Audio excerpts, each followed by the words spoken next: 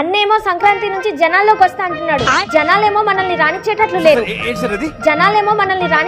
లేరు. అన్నని జనాల్లో పాజిటివ్ చేయాలరా. అసలు పాజిటివ్ లేని నెగిటివ్ పార్టీ అక్క మంది.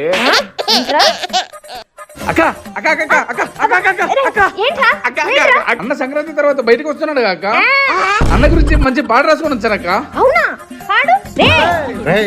అది మీరు కూడా పెట్టుకోండి అక్క.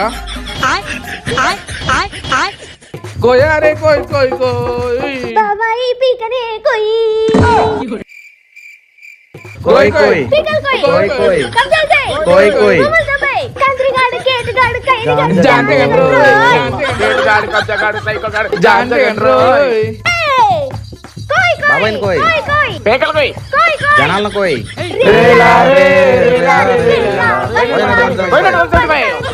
నీ పాటల్లో మంచి డెప్త్ ఉందిరా.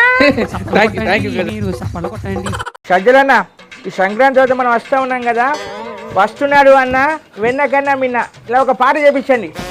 వీడు పక్షి టీవీ యాంకరా లేదా మన పార్టీ అధికార ప్రతినిధి? విజయం అదే వెతుక్కుంటూ పార్టీ ఆఫీసు దగ్గరకు వస్తుంది. ఈ కూటమి ప్రభుత్వం డెవలప్మెంట్ చేస్తూ ఉంటే వీడు డిబేట్లు పెట్టి డ్యామేజ్ చేస్తూ ఉన్నాడు. డ్యామేజ్ అయిన రోడ్లను బాగు చేపించిన ప్రభుత్వం పైన కామెంట్ చేస్తే ఎవరికైనా డ్యామేజ్ మన పార్టీకి.